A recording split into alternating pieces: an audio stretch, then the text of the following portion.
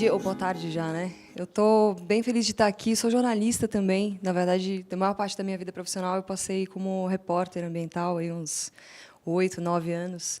Sou pesquisadora há menos de 2 anos, então, para mim, é muito mais familiar estar do lado de quem formula as perguntas, em vez de estar do lado de quem tenta oferecer aí algumas respostas.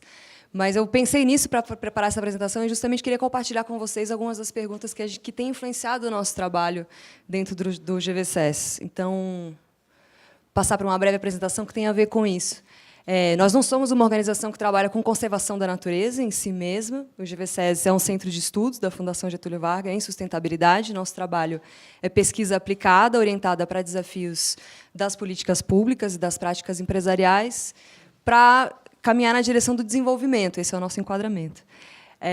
Então, para nós, unidades de conservação entra dentro de um conceito que é o capital territorial que uma determinada localidade dispõe para poder perseguir o seu próprio desenvolvimento. E a equipe da qual eu faço parte, o Programa de Desenvolvimento Local, dentro do GVSS, tem essa trajetória aí. Ainda está um pouquinho cortadinho, a gente vai ter que lidar com isso. Mas a gente passou, então, em 2006, por uma mineração de grande porte, da Alcoa, em Juruti, depois por Giral, em Porto Velho, e a hidrelétrica de Belo Monte, mais recentemente, em Altamira. Guardadas as diferenças entre esses processos, os estudos, enfim, as ferramentas que a gente desenvolveu, a gente está, nesse período de 10, 11 anos, tentando responder, basicamente, uma pergunta, que é o seguinte: o que acontece num processo que tem, numa ponta de entrada, um aporte vultuosíssimo de investimentos? A gente pode lembrar, para Belo Monte, a gente está falando de uma obra de 30 bilhões, aproximadamente, que gera uma demanda comercial de negócios, de insumos e de infraestrutura proporcional a isso, na localidade em que se instala. 10% desse orçamento, 3 bilhões, voltado só para a gestão de impactos, e, no caso de Belo Monte, ainda mais 500 bilhões que foram aplicados no Plano de Desenvolvimento Regional Sustentável do Xingu, que é um espaço de governança voltado para desenvolver projetos, então, pensando no desenvolvimento a longo prazo. Então, você tem um aquecimento econômico violentíssimo, e como é que você chega na outra ponta? Hoje em dia, se você pensar em Altamira, que é a principal cidade sob influência de Belo Monte, é a cidade mais violenta do país, campeã de desmatamento, já há muitos anos aí se alternando com Porto Velho, no primeiro e segundo lugar. Um índice de desemprego altíssimo, principalmente depois do final da obra. Então, o que a gente está sempre se perguntando quando a gente estuda desenvolvimento local no contexto de grandes obras é o que acontece nesse caminho que a gente tem um resultado tão discrepante perto de uma oportunidade do ponto de vista econômico real. E a ironia é que, quanto mais a gente se debruça sobre essa pergunta, mais a gente descobre que a resposta sobre o que acontece ela tem muito mais a ver com o que não acontece muito antes da chegada dos investimentos. E que, por consequência, não acontece muito depois, porque você não tem uma estrutura, uma sistemática de governança, de organização, de esforços voltados para pensar o que vai ser esse território no longo prazo. Então, se vocês repararem aqui, a gente está falando sobre o período de instalação, né, que é onde incide a fase mais aguda do rito do licenciamento. Então, como é que a gente procura, na prática, responder essa pergunta? Eu queria só ilustrar o que a gente fez em Belo Monte. A gente foi para Belo Monte para ficar 18 meses estudando comprimento de condicionantes, de um conjunto de condicionantes, não todas, mas um conjunto de condicionantes. Num primeiro momento, a gente olha para o processo de cumprimento, ou seja, mais do que ficar respondendo se foi ou não foi cumprido, a gente quer olhar sobre o processo. Quem se articula, quem participa, quem é chamado à tomada de decisão, quem é chamado para essa tomada de decisão tem a melhor informação disponível, há monitoramento constante, a população, sobretudo, foi consultada. É surpreendente, para mim, como repórter, foi surpreendente o quanto da maior parte das encrencas se encontra nessa fase. Quer dizer, você pode ter um bom planejamento, pode ter um bom diagnóstico, mas as encrencas se revelam na execução, na qualidade da execução e da articulação entre as pessoas necessárias. Um segundo momento, a gente está olhando, e essas são formas de tentar, né, lembrando, responder essa pergunta: o que dá errado no caminho? Como é que essas medidas ligadas ao licenciamento ambiental conversam com políticas e ações governamentais que já existem no território? O licenciamento não acontece no espaço vazio. A instalação da grande obra não acontece no espaço vazio. Você tem uma série de políticas públicas e ações que já existiam, vão continuar existindo, e vão precisar absorver o que quer que o licenciamento tenha criado. E, por fim, a gente olha para o que interessa, no final, para a população. Mais do que se é responsabilidade do empreendedor, ou se não é, se foi cumprido, se não foi cumprido, A saúde está boa, a educação está boa. Então, esse é o exemplo de educação que eu trouxe, que a gente sempre achou o mais didático para contar essa história. Então, você tem aqui a identificação do impacto, que é o afluxo populacional. Mais estudantes chegando na região, precisa construir escola para dar conta de vagas para todo mundo. Essa é a resposta da condicionante. A responsabilidade do empreendedor pararia aqui. Então, eu preciso construir escolas porque vai ter um afluxo que sou eu que estou causando, eu preciso criar vagas. Mas essa escola, para funcionar direito, ela vai precisar de transporte escolar, vai precisar de merenda, vai precisar de professor, vai precisar de biblioteca, vai precisar de uma série de outros insumos que são outras esferas que precisam dar conta e trabalhar articuladas. E, no final, os indicadores de fim de tubo, né, de educação são o IDEB, a qualidade do ensino, né, taxas de abandono, reprovação, etc. Eu quero compartilhar com vocês, principalmente, o que alguns dos nossos achados sobre prevenção do desmatamento indireto. Mas eu pensei, não sei se eu preciso passar aqui um pouco de alinhamento de cenário. Eu vou passar só brevemente, no final, o que a gente está falando, né? As unidades de conservação, nos últimos 2 anos, dobraram de relevância em relação ao cômputo total do desmatamento, e as unidades de conservação mais ameaçadas estão sob influência de grandes obras. Essa é a nossa conexão aqui com o debate de hoje. Eu coloquei ali alguns exemplos, enfim. Está claro para todo mundo por que isso acontece? Qual que é a dinâmica que gera desmatamento? Será que vale a pena passar por isso? Ou seja, está claro para todo mundo que a gente está falando de, principalmente, desmatamento indireto, atraído pelas obras? Tá, então hoje eu recebi meu aviso de 10 minutos, eu vou passar por isso. Eu achei que seria interessante só trazer alguns dados de Belo Monte para ilustrar. O que a gente fala com o afluxo migratório, né? O crescimento da população que gera esse aumento de demanda por terra, madeira, impactos, entre outras coisas, né? Então, esses dados são conhecidos, 100 mil pessoas, era a previsão do EIA para Belo Monte. Os trabalhadores só diretos da obra 30 mil, 100 mil pessoas equivale à mesma quantidade de pessoas da população de Altamira, no princípio, antes da construção da obra. E, embora a gente não tenha dados claros sobre como é que foi afinal de contas, quantas pessoas se deslocaram para a região, seria preciso fazer um censo, mas, por força do licenciamento, a Norte Energia fazia monitoramento também, tinha um balcão de atendimento para receber migrantes em procura de emprego. Só as pessoas de fora da região que procuraram a Norte Energia, que é o empreendedor de Belo Monte, para procurar atrás de emprego, atrás de uma oportunidade, 36 mil pessoas. Essa é uma história que pouca gente sabe também. Isso eu trouxe só para dar uma ideia do qual é a influência espacial de uma obra do tamanho de Belo Monte. Então, em 2011, a ANEEL concede uma declaração de utilidade pública para uma porção do território que seria para o canteiro de obras. No final do mesmo, esses 3.500 hectares aqui, no final do mesmo ano, mais de 2.800 hectares adicionais entram numa outra declaração de utilidade pública, que é o mesmo que dizer para o território: olha só, uma porção correspondente a 20 vezes o tamanho da cidade de São Paulo está agora à disposição do empreendimento, pode vir a ser solicitado. Seria fascinante, não estava no nosso escopo de trabalho na época de Belo Monte, mas tentar imaginar o que isso faz sobre a volatilidade de preços da terra, o que isso faz sobre a expectativa das pessoas sobre o mercado de terra mesmo, né?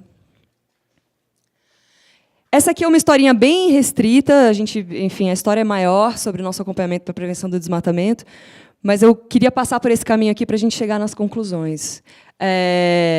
Obviamente, o EIA prevê a intensificação do desmatamento indireto, é um fenômeno conhecidíssimo desde os anos 70.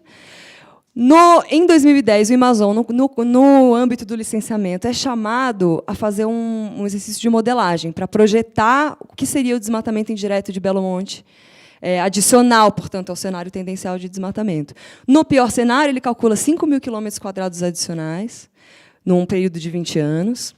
E, entre outras recomendações, fala sobre a criação de novas unidades de conservação, que também é uma estratégia, como já foi falado aqui, conhecidíssima, básica, fundamental. Então, 3 unidades de proteção integral na Volta Grande, adjacente a terras indígenas, e mais 2 florestas nacionais. E essas unidades de conservação somadas poderiam evitar 79% desse desmatamento projetado, né?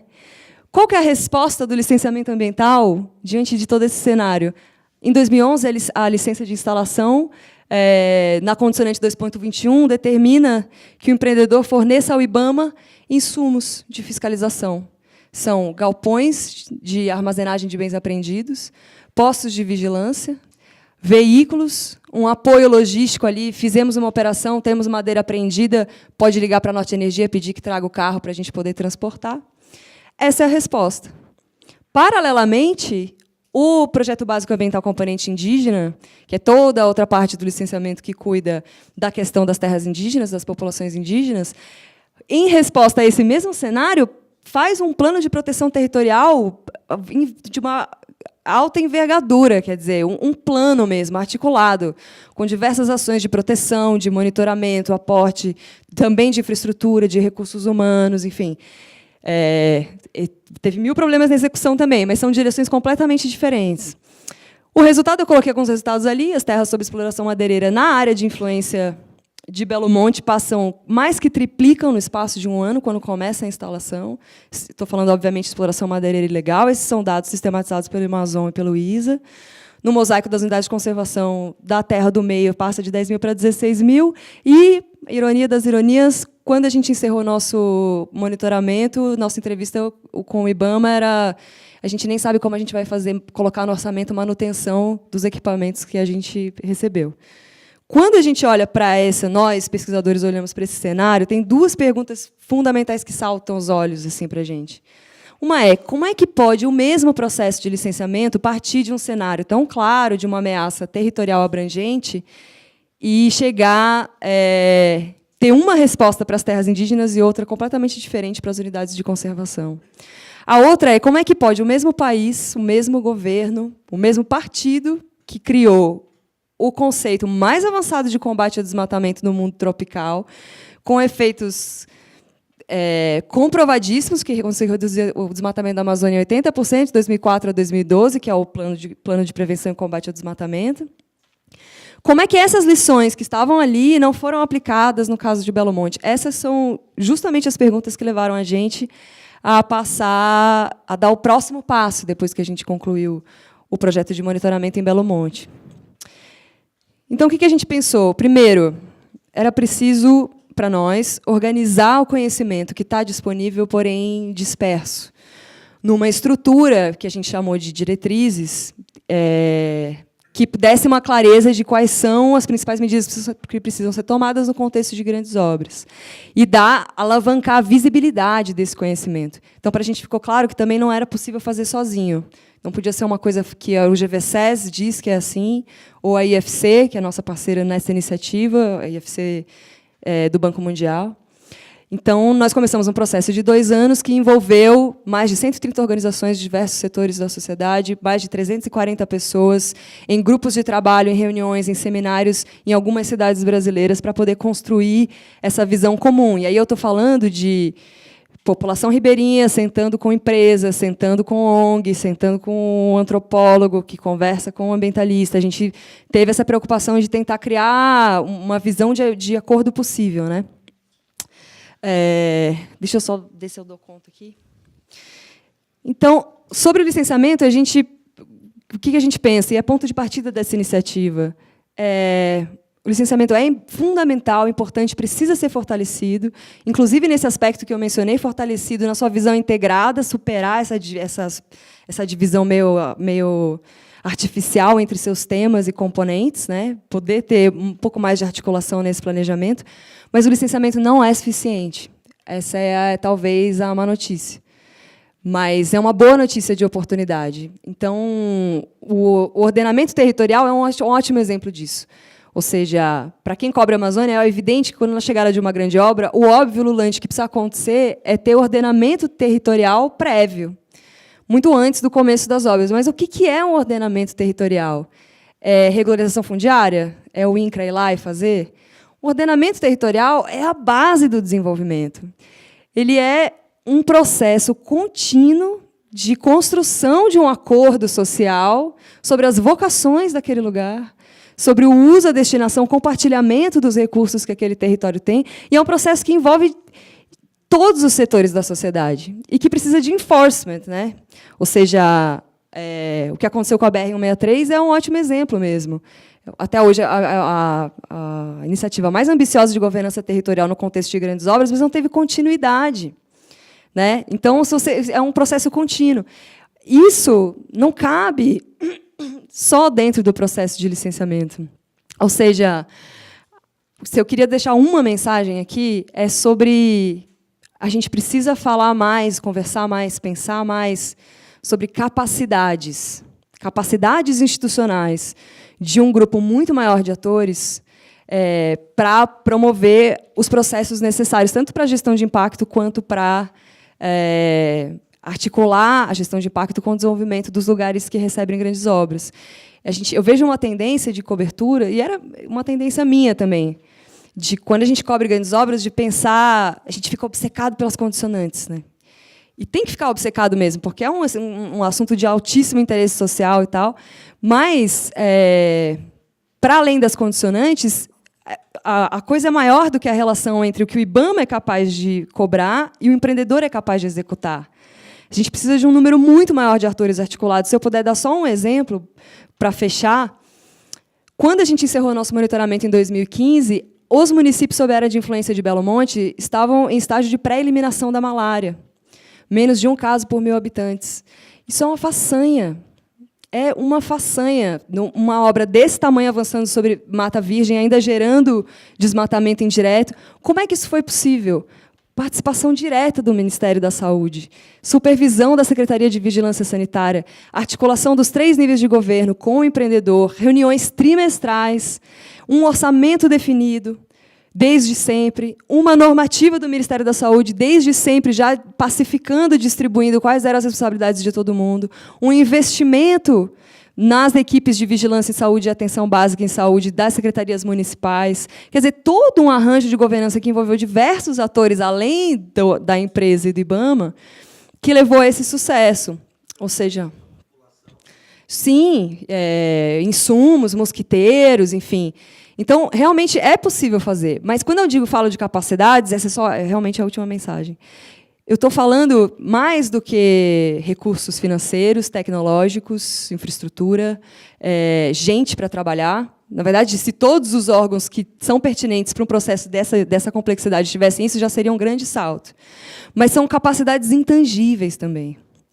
Ou seja, cultura de diálogo, cultura de participação, que é uma coisa que tantas vezes falta para a empresa, geralmente para a empresa construtora. Ou seja, outro dia eu estava lendo um artigo de uma fundação falando sobre investir diretamente em organizações locais.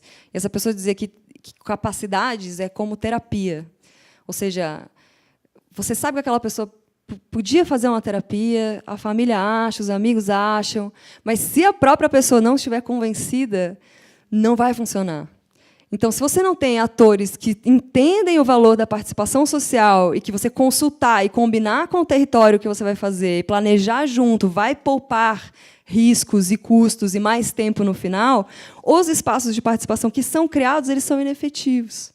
A mesma coisa a articulação institucional, que também é uma capacidade complicada, você criar procedimentos e rotinas para poder as instituições conversarem. O INCRA conversar com o Terra Legal, que conversa com o ICMBio, que conversa com o IBAMA. Esse é um desafio brutal.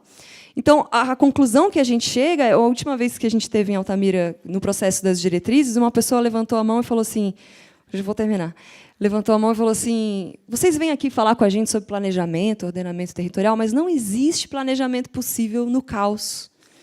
O rapaz falou, e tem razão.